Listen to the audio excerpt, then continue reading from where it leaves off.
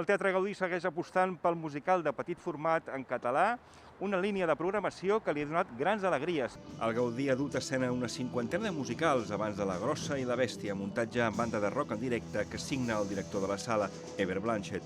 La Grossa és la Boli, viu amb un company que la maltracta, li posa banyes i a sobre la tanca amb clau perquè no pugui sortir. Una merda, no surts! Estàs buscant una bona hòstia.